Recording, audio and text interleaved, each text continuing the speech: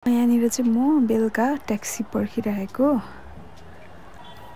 यहाँ चाहिँ हेर्नुहोस् है, फुटबलको क्रेज चाहिँ कालिम्पोङमा यत्तिको चाहिँ हुन्छ। मान्छेले कहाँ माथि चढेर चाहिँ हेर्छ। अब त्यो चाहिँ भन्नु मिल्दैन, यहाँ हेरेरै तपाईँहरूले थाहा पाउनुहुन्छ है।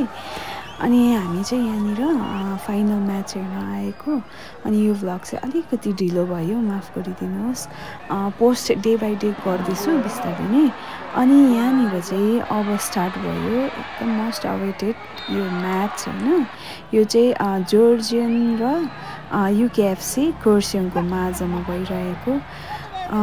यहाँनिर चाहिँ मैले यो चाहिँ सर्ट भ्लग बनाउँछु भनेर चाहिँ यसरी भिडियो लिएको। यहाँ हेर्नुहोस्, देखिहाल्नु भयो है, मैले अघि भने नि हजुरहरूलाई, कालिम्पोङमा चाहिँ फुटबलको लागि चाहिँ मान्छेहरू हेर्नुहोस्, चाहिँ बिल्डिङ माथि, छत माथि, गाडी माथि, कहाँ चाहिँ छैन। अब सबै जग्गामा मान्छेहरू चढेर यहाँ माथि त्यो बसेर हेर्ने जग्गा त अब त्यहाँनिर खुट्टा टेक्ने जग्गा पनि हुँदैन है, सबै भरेको हुन्छ। हेर्नुहोस् मान्छे क्राउड मात्रै हेर्नुहोस्, यत्तिको चाहिँ फुटबल लभर छ कालिम्पोङमा।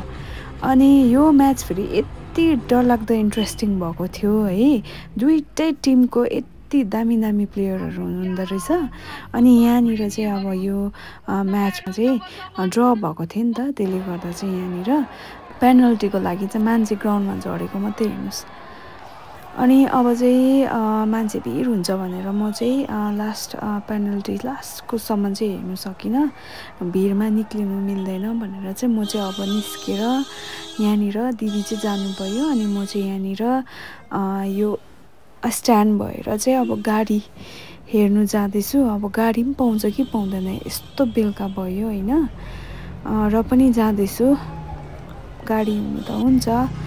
यहाँनिर चाहिँ अब म यहाँनिर गाडी सधैँ चढ्ने जग्गामा डिएस गुरुङ रोडमा आएर यहाँनिर गाडी पर्खिरहेको छु। पाउनु त पाएँ, तर अब मान्छे भरिनु पऱ्यो नि त होइन।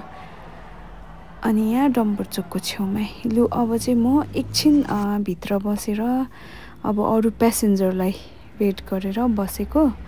दामी भयो आजको फुटबल म्याच होइन, आजको फाइनल एकदमै दामी भयो। अनि अब चाहिँ मेरो यो भ्लग चाहिँ यहीँनिर, अनि अर्को भ्लगमा भेटौँ। By by, good night.